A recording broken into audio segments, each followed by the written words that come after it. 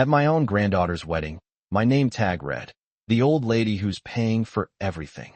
Eleanor Whitman did not flinch when she read the words. She did not gasp, did not frown, did not look around to see who might be watching her reaction.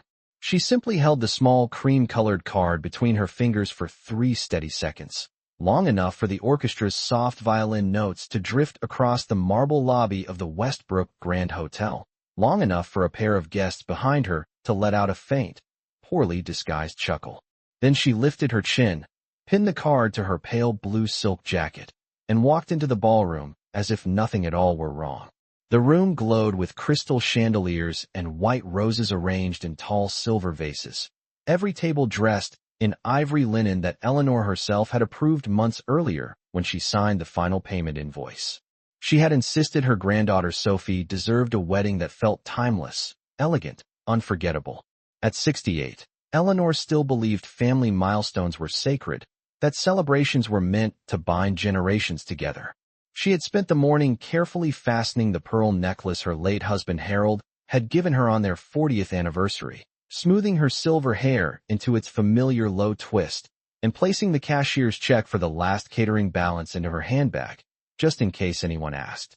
She remembered standing in her kitchen at 7 a.m., sunlight pouring across the granite countertops, telling herself how proud she was of Sophie, how grateful she felt to see another Whitman bride walk down the aisle.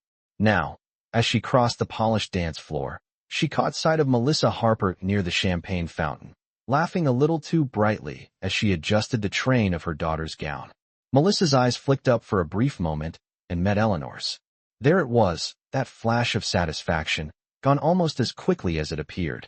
Daniel stood beside his wife, greeting guests, his tuxedo crisp, his posture slightly stiff. He did not seem to notice the name tag pinned to his mother's chest. Or perhaps he noticed and chose silence. Eleanor moved gracefully between tables, offering polite smiles, accepting warm congratulations from distant relatives who praised her generosity. "You've done so much for this day," one elderly cousin whispered kindly. Eleanor nodded, her expression serene, her voice even. She had learned long ago that composure was stronger than outrage. As the string quartet shifted into a familiar love song, she felt the weight of the small card against her jacket, heavier than paper should ever be. The words were meant to shrink her, to reduce decades of devotion into a punchline, to make her contribution the only thing about her worth mentioning. But Eleanor did not remove it. She would not give anyone the satisfaction of seeing her wounded. Instead, she walked toward the front row where the ceremony would begin, her back straight, her steps measured in careful 3-inch heels, and took her seat with quiet dignity. Around her, cameras flashed, guests settled, programs rustled softly. From the outside, everything looked perfect. Only Eleanor knew that beneath the glow of chandeliers and the scent of fresh roses, something had shifted, and she intended to understand exactly why. The ceremony unfolded in a wash of soft music and polite applause, and Eleanor remained perfectly still as Sophie walked down the aisle on Daniel's arm, her gown flowing like a cloud across the white runner that Eleanor herself had paid to have custom fitted to the ballroom floor. Guests dabbed at their eyes, whispering about how beautiful the bride looked, how romantic the setting felt, how generous the grandmother had been to host such a celebration. Eleanor folded her gloved hands in her lap and watched every detail with careful attention, not as a benefactor seeking praise, but as a woman measuring the distance between appearance and truth. When the officiant spoke about devotion and lifelong commitment, she felt the faintest tightening in her chest, not from sadness, but from memory. She remembered her own wedding day nearly 5 decades earlier in a small church in Connecticut, when the reception had been held in her parents' backyard beneath rented tents that sagged in the August heat. There had been no string quartet, no imported roses, no 5-tier cake flown in from Chicago. Yet there had been sincerity. As applause erupted for the newly married couple, Eleanor rose gracefully along with the rest of the guests. Cameras flashed again, and Melissa hurried forward to adjust Sophie's veil, her smile bright and polished. Daniel clapped enthusiastically, pride etched across his face, though he still did not once glance at his mother's chest. Eleanor noticed the subtle choreography of the evening. The way Melissa directed vendors with confident authority, the way staff members deferred to her, as though she alone had orchestrated the event. During cocktail hour, a waiter approached Eleanor with a silver tray of sparkling water. He thanked her quietly for her generosity toward the catering team, explaining that they had been told the event budget was generous because of her support. Eleanor nodded kindly and pressed a modest tip into his hand, an action so natural it required no thought. Across the room, she overheard Melissa laughing again, telling a cluster of friends that planning such a lavish wedding required careful financial navigation. The phrase lingered in the air like perfume. Financial navigation. Eleanor repeated it silently. She watched as Daniel wrapped an arm around his wife's waist, pride and relief mingling in his expression. Perhaps he believed this was harmony. Perhaps he believed silence was peace. As guests moved toward the reception hall for dinner, Eleanor walked at an unhurried pace, her heels clicking softly against polished stone. She noticed the seating chart mounted on an ornate easel. Her name appeared near the back of the room at a table labeled Extended Family. She studied it for a moment, then stepped aside to allow others to pass. The orchestra began another gentle melody as staff members invited everyone to take their seats. Eleanor smoothed the front of her jacket, feeling the paper edge of the cards still pinned securely. She had funded the orchestra, the linens, the imported champagne chilled precisely to 38 degrees Fahrenheit, yet she would dine near the kitchen doors. She did not object. She simply observed. And as she took her place at the round table draped in ivory, she began to understand that tonight was not merely a celebration. It was a revelation unfolding in plain sight. Dinner was served with practiced elegance, plates arriving in synchronized motion, each fillet arranged with precision beside roasted vegetables glistening under soft candlelight. Eleanor listened as conversations swelled around her table, distant cousins discussing retirement homes in Florida, an uncle debating stock market fluctuations, a young couple admiring the open bar selection. No one mentioned her name tag, at least not directly, but she noticed the sideways glances, the polite pauses before sentences resumed. A woman seated across from her leaned in and said, in a tone meant to sound complimentary, that it must feel wonderful to be able to give so generously. Eleanor offered a gentle smile and replied that weddings were investments in memories, not transactions. The woman nodded, uncertain whether she had been corrected. As the main course plates were cleared, the maid of honor rose for her toast.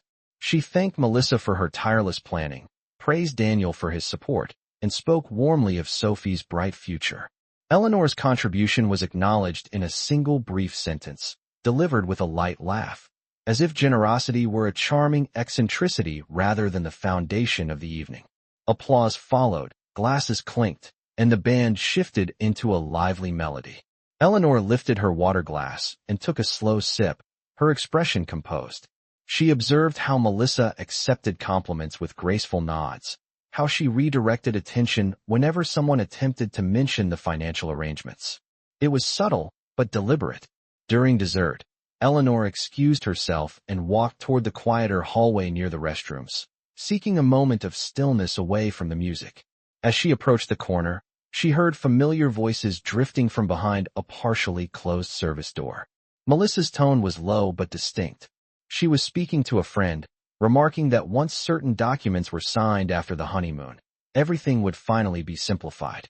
The friend asked whether Daniel's mother understood the plan.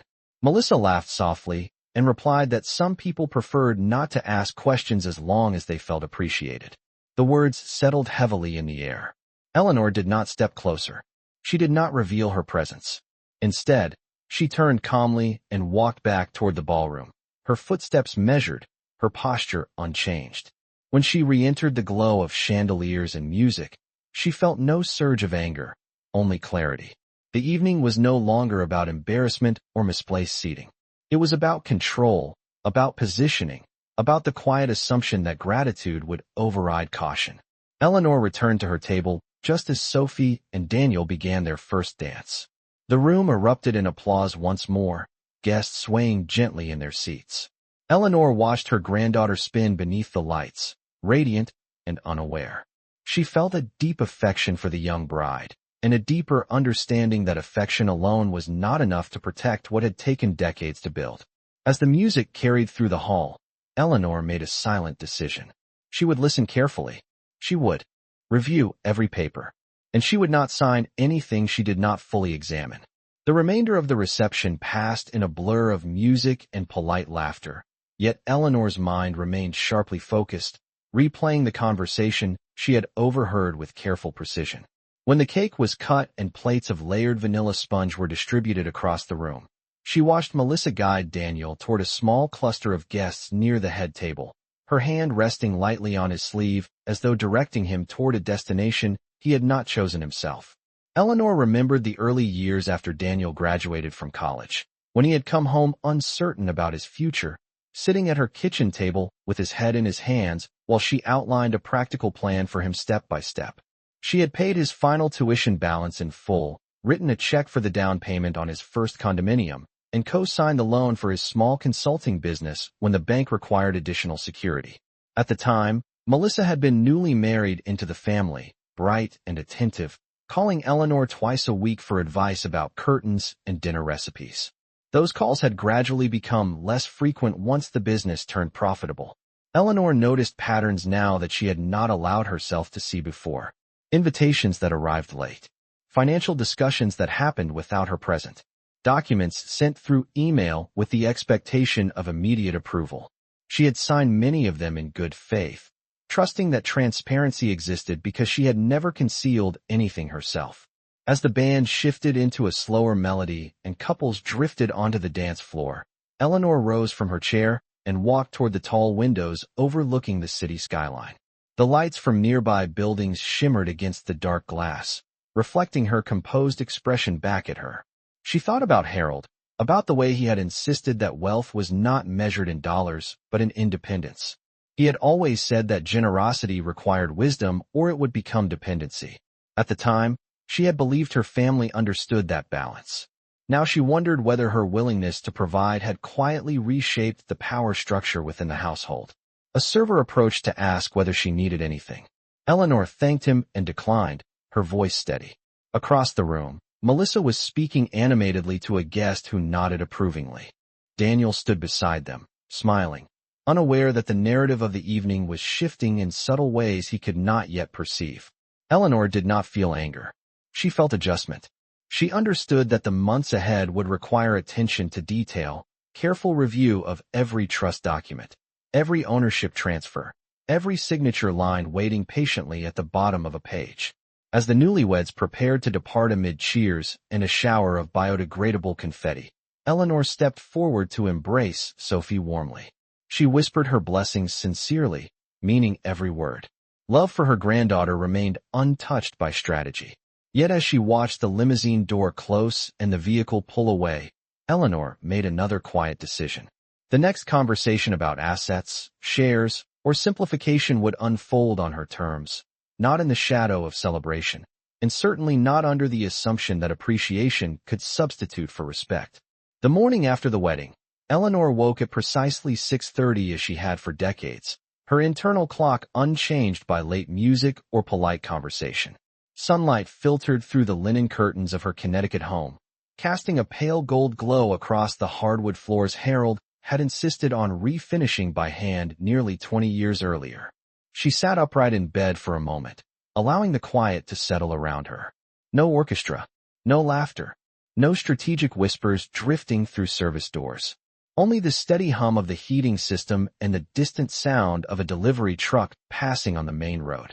She rose, slipped into her robe, and walked to the kitchen where she measured 2 careful scoops of coffee into the French press, pouring water heated to just below boiling, just as Harold had taught her. Ritual brought clarity. As she waited for the coffee to steep, she opened her leather portfolio and laid out several documents that had arrived by courier the previous week, papers she had set aside until after the celebration. At the time, Melissa had described them as routine adjustments, minor updates to streamline holdings and reduce administrative burden. Eleanor now read each page slowly, tracing the language line by line. Phrases such as consolidated authority and simplified oversight appeared more frequently than she remembered. She noted how certain clauses shifted control of specific investment accounts into a structure that would allow joint decision-making, provided signatures were secured before the end of the fiscal quarter. She checked the date. There were still 5 weeks remaining. She poured her coffee, added a small splash of milk, and carried the cup to the dining table where morning light revealed every printed detail with unforgiving clarity. Eleanor did not rush. She highlighted passages with a pale yellow marker and wrote small notations in the margin, questions to be addressed rather than emotions to be expressed. Around 8 o'clock, her telephone rang.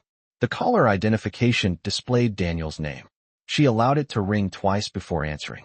His tone was cheerful, almost relieved, as he asked whether she had enjoyed the evening and whether she had reviewed the documents yet. Eleanor replied that the wedding had been memorable and that she was in the process of examining the paperwork carefully. There was a brief pause on the line, subtle but unmistakable. Daniel assured her that everything was standard and that Melissa had coordinated with their financial advisor to make the transition seamless. Eleanor thanked him for the information and said she would schedule her own consultation before signing anything. Silence followed again, slightly longer this time. Daniel agreed, though his voice carried a note of surprise. After ending the call, Eleanor set the receiver back into its cradle and looked out toward her backyard, where frost still clung to the early spring grass. She did not feel confrontation rising within her. She felt recalibration. The wedding had illuminated dynamics that paperwork alone could not disguise. She gathered the documents neatly, placed them back into the portfolio, and reached for her address book. There was one name she intended to call next, a man who had once told her that clarity was the greatest protection a person could possess. By 10 o'clock that morning, Eleanor was seated across from Thomas Reed in his modest but orderly office overlooking Main Street, a familiar place she had visited years earlier when Harold first established the family trust. The walls were lined with dark wood shelves filled with neatly labeled binders, each representing someone's life carefully documented and protected. Thomas greeted her with professional warmth, noting that it had been too long since their last meeting. Eleanor placed her leather portfolio on his desk and explained calmly that she wished to review certain adjustments before adding her signature. She did not dramatize the situation. She did not recount overheard conversations. Instead, she described the sequence of events with measured precision, allowing facts to stand on their own. Thomas adjusted his glasses and began reading, his expression gradually shifting from neutral interest to focused concern. He pointed out language that transferred voting authority on specific investment accounts and clauses that would restructure dividend distributions once documentation was finalized. None of it was illegal, he explained, but much of it consolidated influence in ways that could limit her independent discretion. Eleanor listened without interruption, absorbing each clarification as though she were studying a financial report rather than her own family's intentions. She asked direct questions. What would happen if she delayed signing beyond the fiscal quarter? What safeguards could be implemented to preserve long-term balance? Thomas responded thoughtfully, outlining options that would maintain her control while still providing structured benefits to Daniel and Sophie in the future. He suggested revising the trust to create a tiered distribution model, one that required transparent reporting before any transfer of decision-making authority. Eleanor considered the proposal carefully, her gaze steady. She had always believed in preparation over reaction. By the time the consultation concluded, new documents were being drafted, language adjusted to reflect protections Harold would have approved without hesitation. Thomas assured her that any external advisor would need to review the updated structure before proceeding. Eleanor thanked him and scheduled a follow-up meeting for the following week. As she stepped back onto the sidewalk, the early spring air felt crisp against her face, the sun bright, but not yet warm.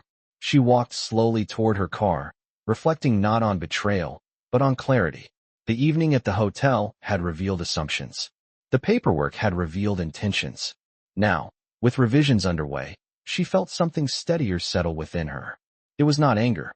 It was alignment. When her phone vibrated in her purse, she did not rush to answer it. She paused beside her vehicle, inhaled deeply, and allowed it to ring once more before reaching inside. The caller identification displayed Melissa's name. Eleanor straightened her shoulders, unlocked the car door, and prepared to speak with the calm certainty of a woman who had already adjusted the balance of power. Melissa did not waste time on pleasantries when Eleanor answered the call. Her voice was bright, but there was a tension beneath it, like glass stretched too thin. She asked whether Eleanor had reviewed the documents and mentioned that their financial advisor was hoping to finalize everything before the honeymoon concluded. Eleanor settled into the driver's seat without starting the engine, her tone even as she explained that she had, in fact, reviewed the paperwork and sought independent counsel to ensure long-term stability. There was a pause on the line, followed by a carefully measured response. Melissa said she was surprised that outside consultation had been necessary, reminding Eleanor that they were all family and that trust was the foundation of everything they were building. Eleanor replied calmly that trust was strengthened by transparency, not urgency. She explained that revised documents were being prepared to clarify authority structures and protect shared interests. Melissa's breathing shifted slightly, almost imperceptible, before she suggested that Daniel might be disappointed by delays. Eleanor thanked her for the concern and said she would speak with her son directly. The conversation ended politely, though the air felt altered. That evening, Daniel arrived at Eleanor's home without warning, his coat still dusted with cold spring wind. He stood in the foyer where framed photographs of his childhood lined the walls, images of birthday parties and school recitals paid for with quiet dedication. He spoke quickly at first, describing opportunities that depended on consolidated decision-making and how seamless transitions would benefit everyone. Eleanor listened without interrupting, offering him a seat at the dining table where a pot of tea had already been set out. When he finished, she placed her hands around her cup and reminded him that Harold had structured their assets carefully to ensure balance across generations. She explained that revisions were not acts of distrust, but acts of stewardship. Daniel's expression shifted from frustration to confusion. He asked whether someone had influenced her thinking. Eleanor met his gaze steadily and said that clarity had influenced her thinking. She told him that independence was not opposition and that generosity did not eliminate the need for boundaries. The room grew quiet except for the faint ticking of the wall clock. Daniel looked around at the familiar furniture, the polished oak table, the china cabinet his father had refinished himself. For the first time that evening, he seemed to notice the history embedded in the house. Eleanor informed him that the updated trust would provide structured distributions for Sophie's future while preserving her own decision-making authority for as long as she remained capable. Nothing would be taken away. It would simply be balanced. Daniel exhaled slowly, the urgency in his posture softening. He admitted that Melissa had been eager to simplify matters and that he had assumed it would ease burdens on everyone. Eleanor nodded and said that simplicity without consent was merely convenience for one side. When he left later that night, his steps were slower than when he had arrived. Eleanor stood at the doorway, watching his car disappear down the quiet street, and felt the steady calm of someone who had not raised her voice, yet had firmly redrawn the lines. The revised documents were finalized within a week, drafted with deliberate clarity and structured safeguards that left little room for assumption. Eleanor reviewed each page one final time in Thomas Reed's office, her reading glasses resting low on her nose as she traced every clause with careful attention.